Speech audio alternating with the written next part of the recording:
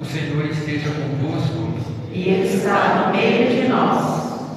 Proclamação do Evangelho de Jesus Cristo, segundo Mateus. Glória a vós, Senhor. Naquele tempo, vendo Jesus as multidões, compadeceu-se delas, porque estavam cansadas e abatidas, como ovelhas que não têm pastor. Então disse a seus discípulos: a messe é grande, mas os trabalhadores são poucos. Pedi, pois, ao dono da messe que envie trabalhadores para a sua colheita. Jesus chamou os 12 discípulos e deu-lhes poder para expulsar os espíritos maus e para curar todo tipo de doença e enfermidade. Estes são os nomes dos 12 apóstolos. Primeiro, Simão, chamado Pedro, e André, seu irmão, Tiago, filho de Zebedeu, e seu irmão João, Filipe e Bartolomeu, Tomé e Mateus, o cobrador de impostos, Tiago, filho de Alfeu, e Tadeu, Simão, o zelota, e Judas Iscariotes, que foi o traidor de Jesus. Jesus enviou estes 12 com as seguintes recomendações: não deveis ir aonde moram os pagãos, nem entrar nas cidades dos samaritanos. Ide antes as ovelhas perdidas da casa de Israel. Em vosso caminho anunciai: o reino dos céus está próximo. Curai os doentes, ressuscitai os mortos, purificai os leprosos e expulsai os demônios. De graça recebestes, de graça deveis dar. Palavra da salvação. Glória a vós, Senhor.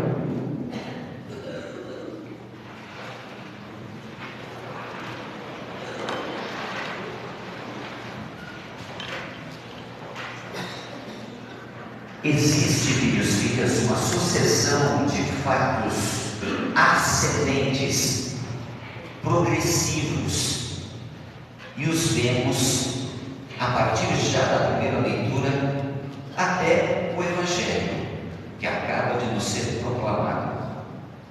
Vamos fazer um passeio então por essa liturgia da palavra e notar como é a pedagogia de Deus. Tudo vai acontecendo aos poucos, mas de acordo com os planos de Deus, isto se faz necessário para que compreendamos e percebamos a sua pedagogia e então atendamos ao seu chamado. Vamos ver. Na primeira leitura, o que temos? Ali diz Deus àquele povo que libertara lá do Egito e agora está no deserto do Sinai, junto ao Monte Sinai, onde Moisés conversa com Deus. O que diz Deus? Eu vos libertei, tirando-vos do Egito, trazendo-vos até aqui, e libertos que agora estáis, eu vos proponho uma aliança. E se permanecerdes fiéis a esta aliança, então sereis um reino de sacerdotes, uma nação santa, o meu povo. Notem, queridos, Deus não quer o culto do homem escravo. Primeiro liberta, e agora que liberto pode escolher pertencer a Deus, honrá-lo, glorificá-lo, ou dirigir-se o homem a outros deuses, fazendo um caminho diverso daquele pelo nosso único Deus proposto. Ou seja, pensemos se Deus se aproximasse dos hebreus e dissesse assim: vós sois agora o meu povo, e um dia eu vos libertarei desta escravidão por que passais, tirando-vos do Egito.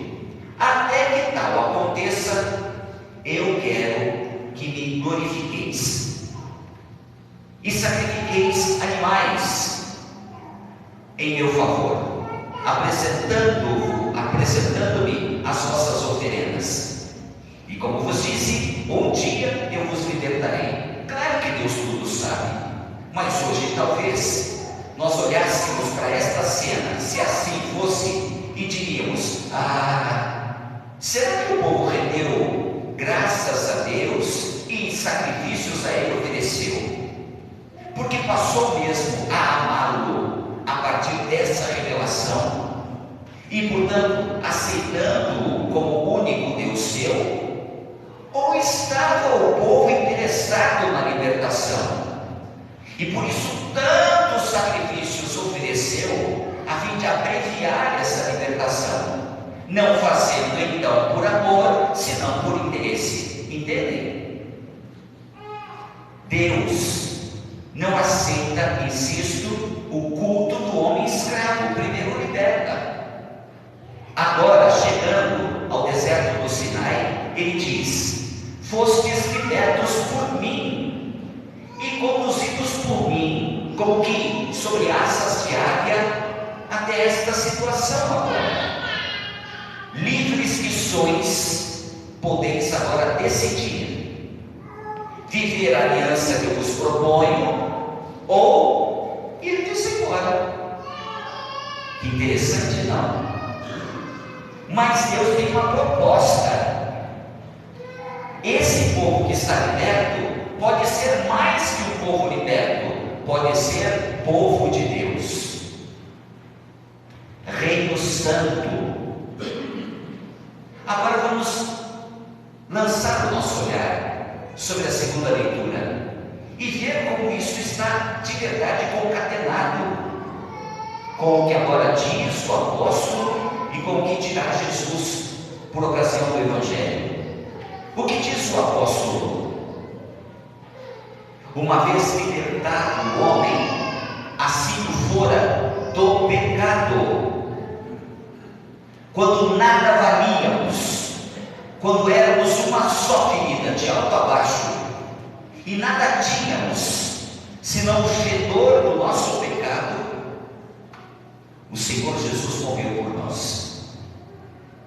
O Pai nos enviou o seu Filho, que nos resgatou da nossa indigência, tirou-nos do monturo, libertou-nos do pecado. E então vem a pergunta posta pelo apóstolo: por quem haveríeis de morrer? Seríeis capazes de morrer por alguém? A resposta: não sei. Não sei se eu morreria até por algum justo, talvez por uma pessoa muito boa. Talvez eu me arriscasse a morrer por ela. Pelos meus filhos, fato.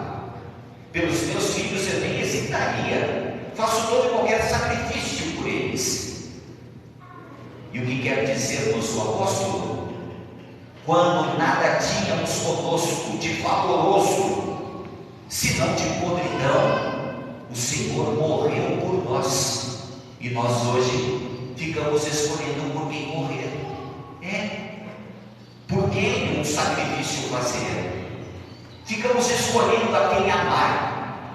E decidimos nos amar aquele que nos sorri, que o favor nos faz, que prontamente atende ao pedido nosso, quando de verdade o Senhor morreu por nós, quando nada tínhamos de bom para lhe oferecer, senão a nódoa do pecado, a ferida aberta por Ele.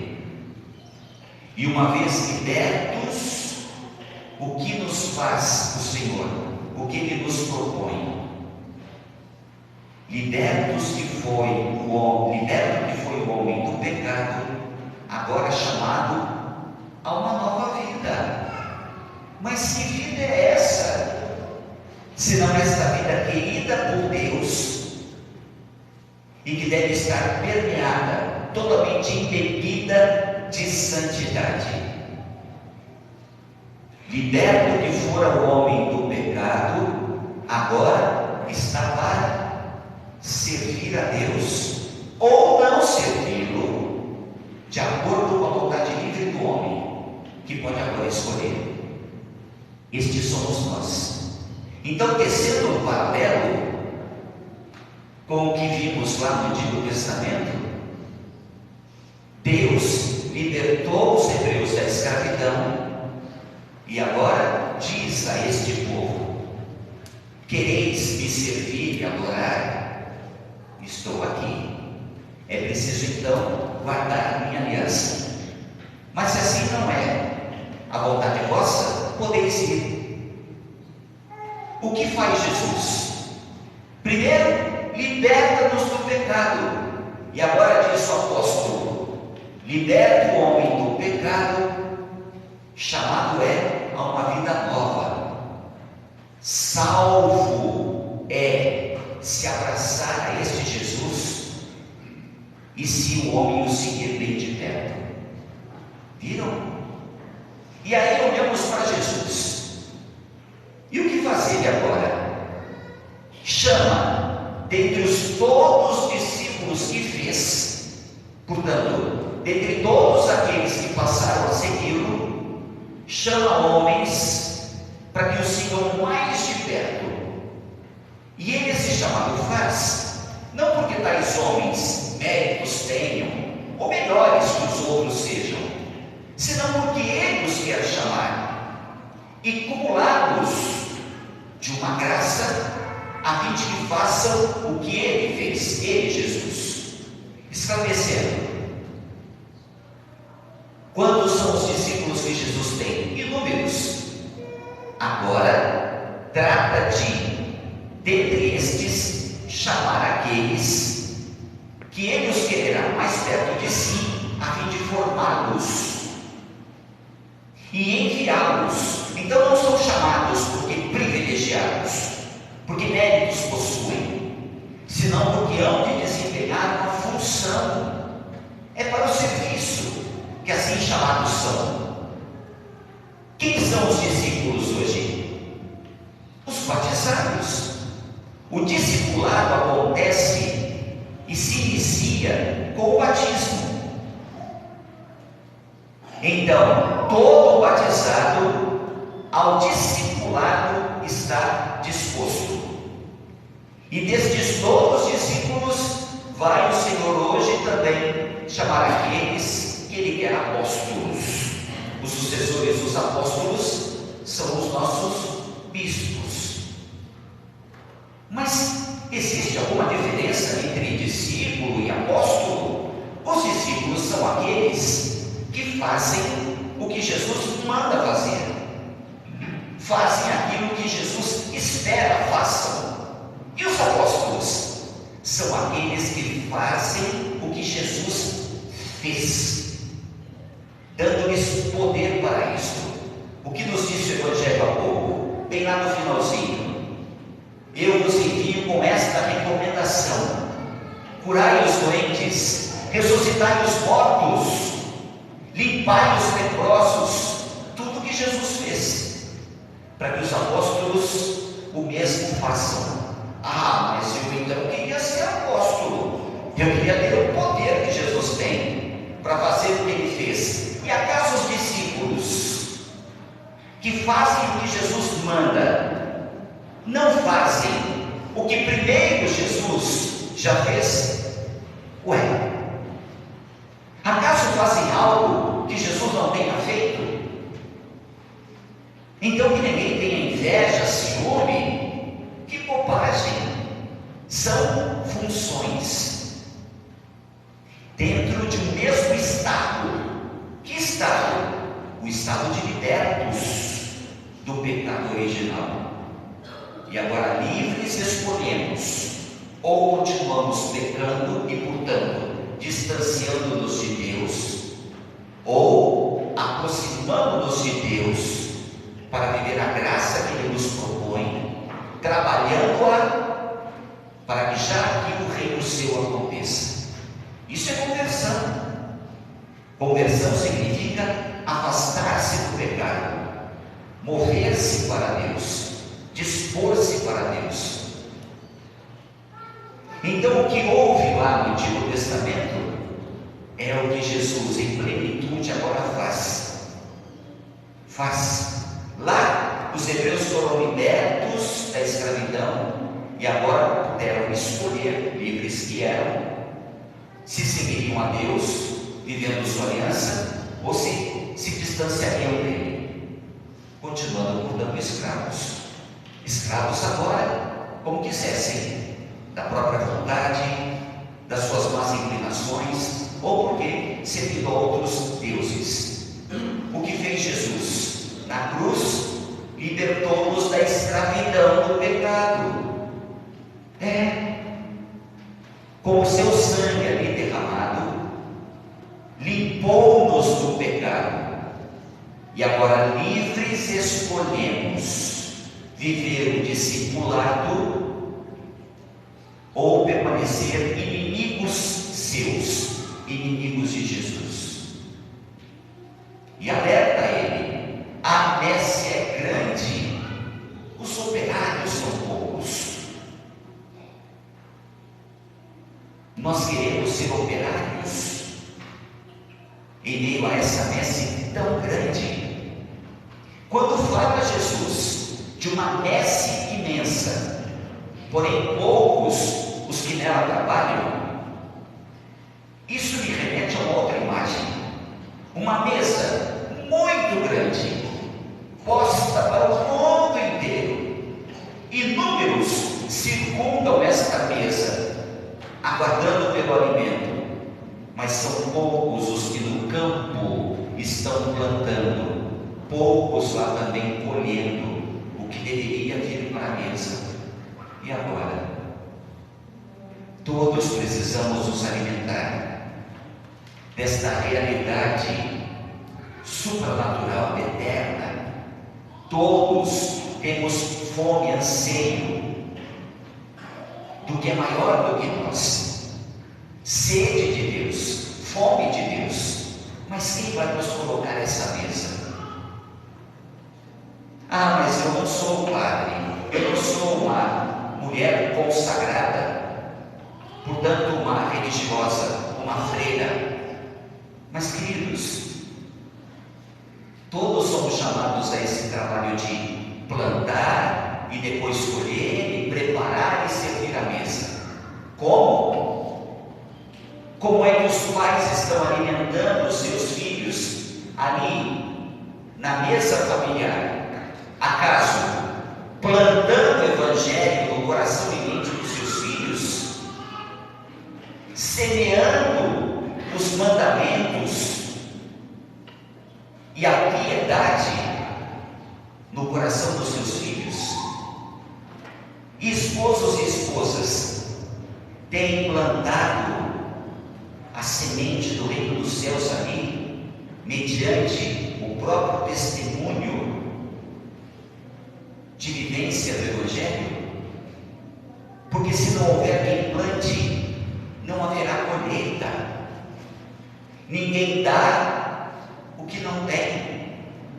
Como esperar? Tenham as nossas crianças o que todos estamos esperando do mundo: paciência, generosidade, hombridade, respeito para com todas as pessoas.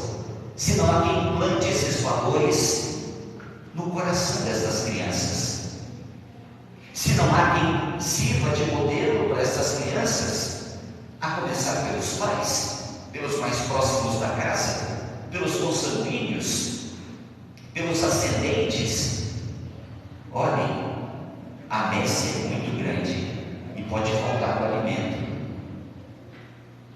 Plantemos, semeemos, vivamos o discipulado.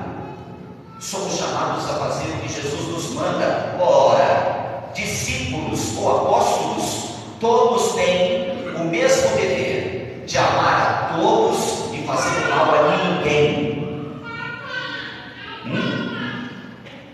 Amar os inimigos, rezar por aqueles que os perseguem, nos perseguem.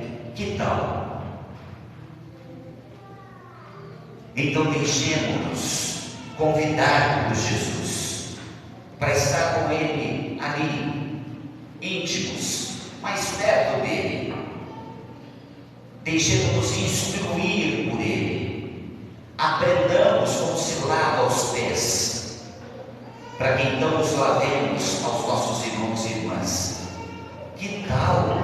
Ou isso, ou estaremos clamando por novos dias, melhores situações, mundo mais santo.